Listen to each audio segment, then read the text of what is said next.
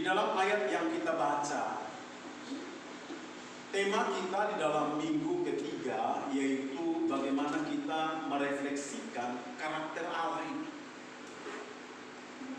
Di dalam tema umum, tema utama di dalam bulan September ini bagaimana kita berjalan dalam integritas. Dan tema hari ini adalah bagaimana kita refleksi karakter-karakter Tuhan. Amin Bapak Ibu.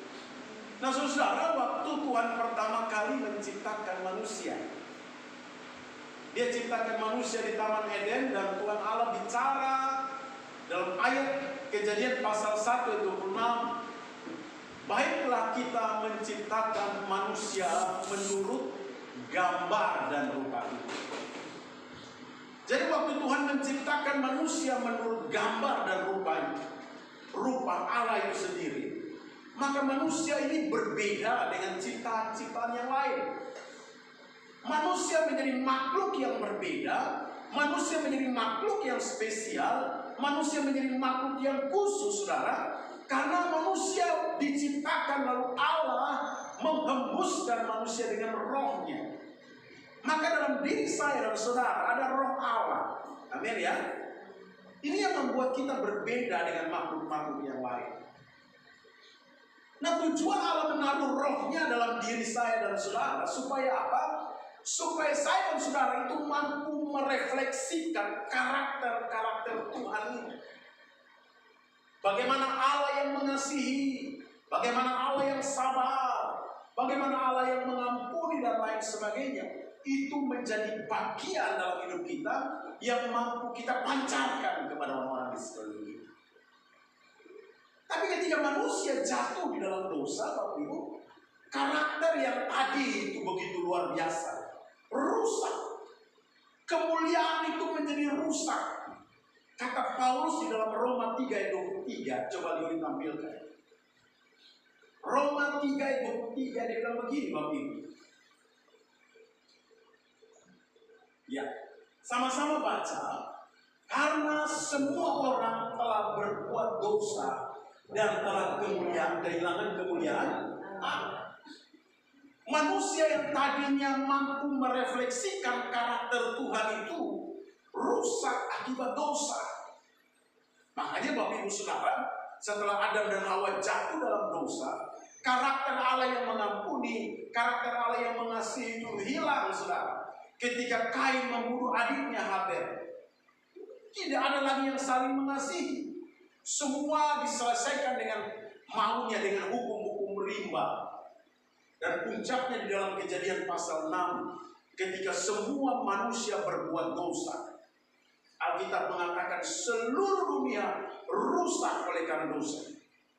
Tapi ada satu pribadi yang mendapatkan kasih karunia Tuhan, yaitu seorang yang bernama Nuh. Amin Bapak Ibu. Amin. Ada yang bernama Nuh, seorang yang dipakai Tuhan waktu itu, yang mampu untuk apa? Memberikan perbedaan itu. Nuh hidup benar di hadapan Tuhan. Dia tidak terkontaminasi dengan kerusakan dunia ini. Nuh hidup sungguh-sungguh merefleksikan kasih Tuhan, karakter Tuhan bagi sesamanya. Sehingga Nuh mendapatkan kasih karunia itu. Saudara, karena semua manusia sudah buat dosa, Yesus harus turun ke dalam dunia supaya mau mengembalikan manusia kepada rancangan-rancangan yang sebenar. Makanya keselamatan itu, saudara, adalah usaha Allah, tindakan Allah, supaya bagaimana Allah mengembalikan manusia kepada rancangan dia semula, yaitu terjadi di Taman Eden. Manusia dikembalikan supaya manusia segambar dan serupa dengan Allah. Sorga ini upah, Bapak Ibu. Sorga menjadi upah buat kita. Tapi sesungguhnya manusia dikembalikan kepada rancangan-rancangan yang semula ini. Makanya kalau kita baca di dalam 2 Korintus pasal yang kelima ayat 17, coba lihat ditampilkan. Bilang begini, jadi siapa yang ada di dalam Kristus, ia adalah ciptaan baru, yang lama sudah berlalu, sesungguhnya yang baru sudah. Amin, saudara. Waktu kita ada di dalam Kristus, Alkitab dengan jelas berkata, kita ciptaan baru. Saudara, kita tidak perlu lahir lagi sebagai manusia, seperti apa yang Nikodemus sampaikan kepada Yesus. Mana mungkin orang bisa lahir kembali dari seorang ibu, lahir kembali menjadi seorang bayi? Yesus bilang tidak. Lahiran baru itu bicara tentang roh yang dibaharui. Manusia batinnya kita yang dibaharui dari hari ke hari. Makanya waktu Yesus mati bagi kita, dia menyelesaikan seluruh hidup lama kita di atas kayu salib. Nah, oleh sebab itu Paulus di dalam ayat yang kita baca, dia mengingatkan kepada jemaat di Efesus tentang siapa mereka itu. Amin. Siapa mereka itu? Kalau kita baca di dalam Efesus pasal 2 ayat 10, Paulus berkata bahwa kita ini buatan Allah di dalam Kristus Yesus. Kita diciptakan baru dalam Kristus Yesus, saudara. Makanya Paulus mengingatkan kita di dalam ayat yang ke-17 tadi. Di dalam Efesus pasal 5 ayat 17. Sama seperti apa? Orang-orang yang tidak mengenal Allah dengan pikiran yang sia. Amin. Ada banyak orang Kristen hari-hari ini hidupnya dengan pikiran yang sia-sia. Pikirannya kotor, pikirannya cabul, saudara. Pikirannya hanya sesuatu yang sia-sia dalam pikirannya. Dia melupakan ada pikiran-pikiran Allah yang Allah harus taruh dalam pikirannya. Dan dia merefleksikan itu dalam hidupnya setiap hari yang dia pikirkan adalah pikiran-pikiran Allah. Nah, ini seringkali gagal, saudara. Kenapa? Kita lebih senang masih menggunakan manusia yang lama kita. Padahal Tuhan sudah menebus kita. Amin. Dia sudah selamatkan saya dan saudara. Tapi kita masih taruh pikiran yang sia-sia itu. Masih pikir yang saudara yang aneh-aneh dalam hidup ini. Masih pikir yang sesuatu yang tidak memuliakan Allah. Makanya Alkitab dengan jelas berkata, Paulus tegaskan, jangan lagi hidup sama seperti orang-orang yang tidak mengenal Allah. Amin. Orang-orang yang tidak mengenal Allah itu dia punya apa ya? Pikirannya sia-sia. Selanjutnya 18, coba lihat ditampilkan. Pengertiannya gelap, jauh dari persekutuan dengan Allah. Kebodohan yang ada dalam hati dan mereka dan karena kedegilan hati mereka. Bodoh, saudara. Bodoh ini gelap pikirannya, jauh dari persekutuan. Persekutuan dengan Allah. Banyak orang, saudara, hari ini orang-orang Kristen yang saya tidak mengerti, khususnya di kota ini, saudara. Ada begitu banyak orang Kristen yang begitu jauh dari persekutuan dengan Allah. Mereka merasa bahwa tanpa Tuhan pun mereka masih bisa hidup. Tanpa Tuhan pun mereka masih bisa. Kalau saudara, engkau masih bisa kerja, engkau bisa saja punya uang, tapi engkau kehilangan relasi dengan Tuhan. Dan ini berisiko besar dalam hidup ini. Hati-hati. Tuhan itu rindu mau bersekutu dengan kita. Amin, Bapak Ibu. Dia mau bersekutu dengan saya dan saudara. Tapi persoalannya ialah kita tidak mau berelasi dengan Tuhan.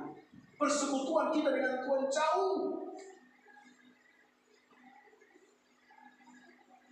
Kegairahan kita untuk melayani Tuhan, gairah kita untuk beribadah, itu menjadi sesuatu yang tidak penting sekali dalam hidup ini. Makanya saya mau sampaikan kepada Bapak Ibu dan saudara yang hadir hari ini. Amin. Ayo mari kita punya semangat beribadah, semangat cinta Tuhan. Masalah halangan itu harus menjadi sesuatu yang harus kita lawan demi persekutuan kita dengan Tuhan hari lepas hari. Selanjutnya dibilang ayat 19. Perasaan mereka tumpul, saudara.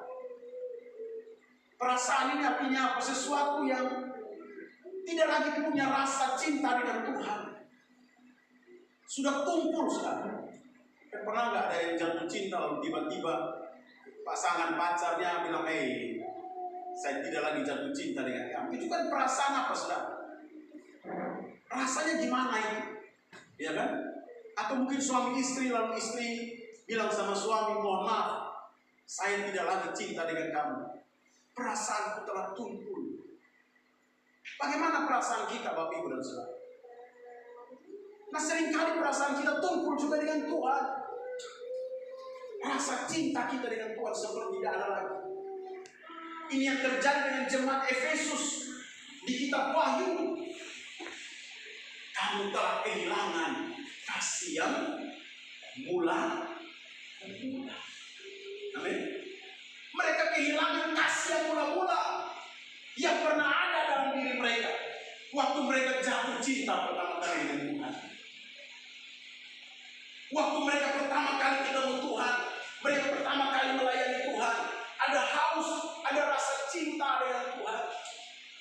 Tapi dunia membentuk mereka, dunia menarik mereka, sehingga perasaan yang pertama kali muncul itu, cinta dengan Tuhan, mulai tumpul, pudar, dan kehilangan kegairahan untuk mencintai Tuhan.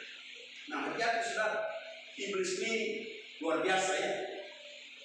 Minggu yang lalu kita sudah belajar bahwa keinginan dunia ini menarik kita. Keinginan mata, ya kan? Keinginan daging, keangkuhan hidup. Itu kan kita sudah pelajari. Bagaimana dunia menarik kita sehingga membuat kasih kita kepada Tuhan, fokus kita kepada Tuhan itu sudah tidak ada lagi.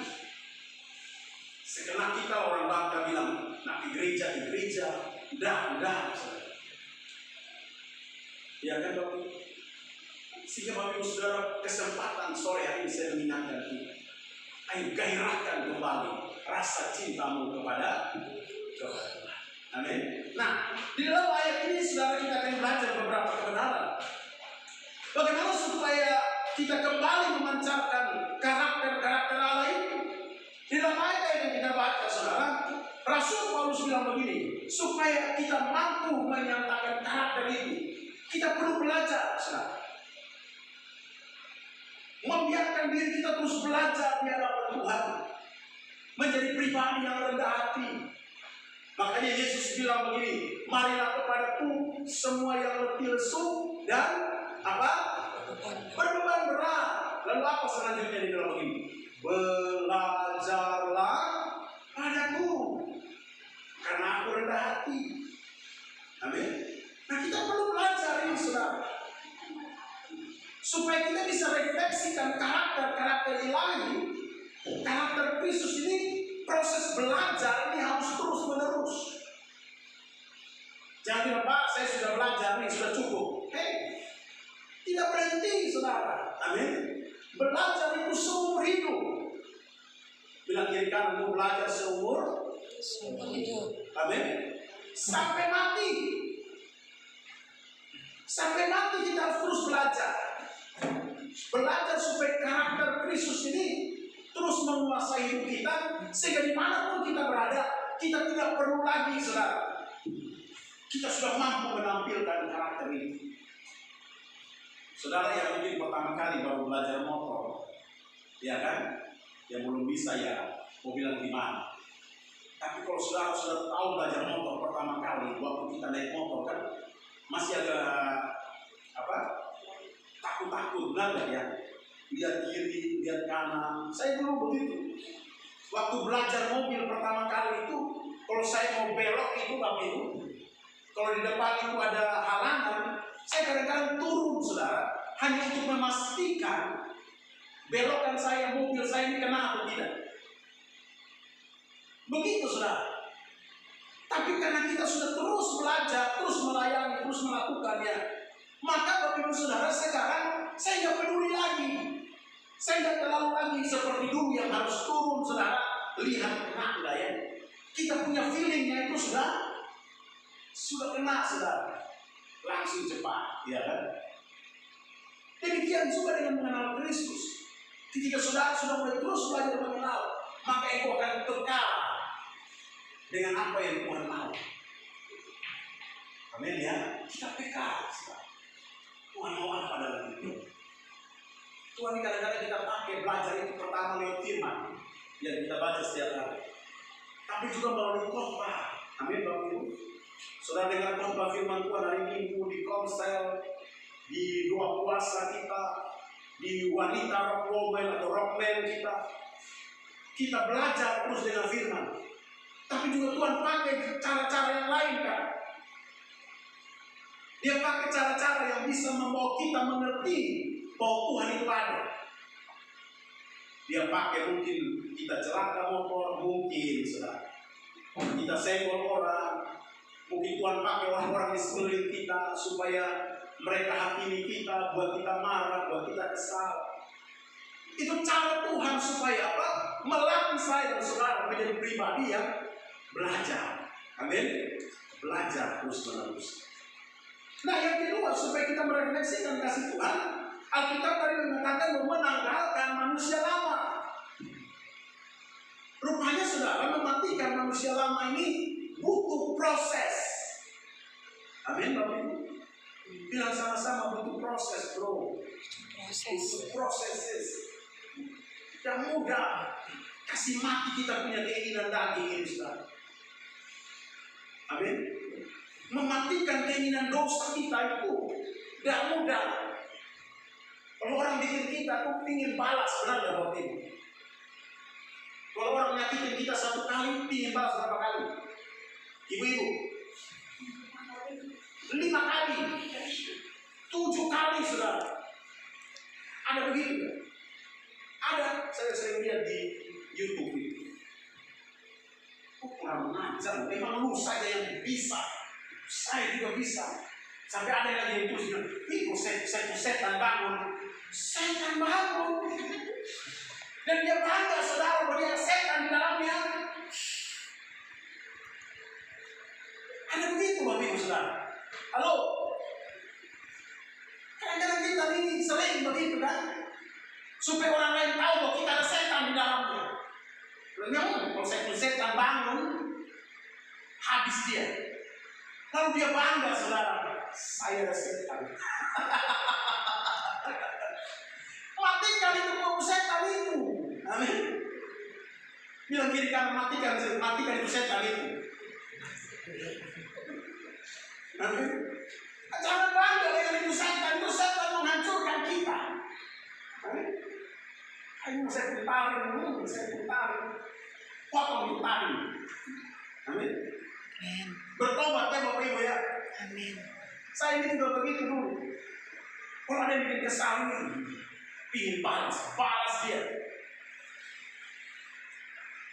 Apalagi kalau orang yang bikin kesal itu kita mampu kalahkan dia, pikir saya. Ini kurus kayak begini. Nah, ini kalau saya sikat dia sekali masuk rumah sakit nih, pikir saya begitu kan. Ini besi aja saya angkat puluhan kilo, sekali saya tinju ini bisa muntah darah. Pikir saya begitu. Tapi kita perlu matikan itu, amin. Tuhan ingatkan kita sabar, mengasihi, mengampuni, amin. Coba kalau karena kita punya setan yang dulu maksud saya. Kalau kita sudah bertobat percaya Tuhan, setan itu kita matikan, amin. Amin. Jangan biarkan dia hidup. Jadi kita tidak lagi bilang begitu kan, jangan persembahan setan. Setan sudah tidak ada lagi. Amin. Yesus sudah tebus kita. Yang kita perlu bangkitkan itu apa? Buah-buah roh. Amin. Jadi kalau orang bikin kesal kita, bikin marah kita, munculkan buah roh kita. Kasih, kesabaran, sukacita, kelemah lembutan, penguasaan diri dan sebagainya. Amin. Sehingga apa? Waktu kita tampil seperti itu, karakter Kristus bercahaya dalam diri saya dan saudara. Amin. Jadi yang kedua apa? Matikan. Jadi jangan biarkan dia tumbuh ya. Lalu yang terakhir, mengikuti kehendak Tuhan. Ayat 24 coba sama-sama. Dalam Efesus pasal 4 ayat 24. Dia bilang begini, jangan mengenakan manusia baru yang telah diciptakan menurut kehendak Allah di dalam kebenaran dan kekudusan yang sesungguhnya. Belajar terus mengikuti Ikuti mau Tuhan. Jangan ikuti mau kita. Ikuti kehendak Tuhan. Engkau perlu berlutut banyak di hadapan Tuhan. Dengar suara Tuhan bicara. Tuhan, aku mau buat ini. Apa yang Tuhan kehendaki. Amin. Kadang-kadang saya harus melakukan sesuatu, saya juga harus sampaikan ke Tuhan. Tuhan, aku mau buat ini. Tuhan berkenan atau tidak. Tuhan tidak berkenan, jangan. Amin. Biar saya tetap berjalan dalam kehendak dan kekudusan Tuhan. Amin. Karena kita melayani juga demikian. Kita juga melayani, tidak melayani berdasarkan keinginan dagingmu.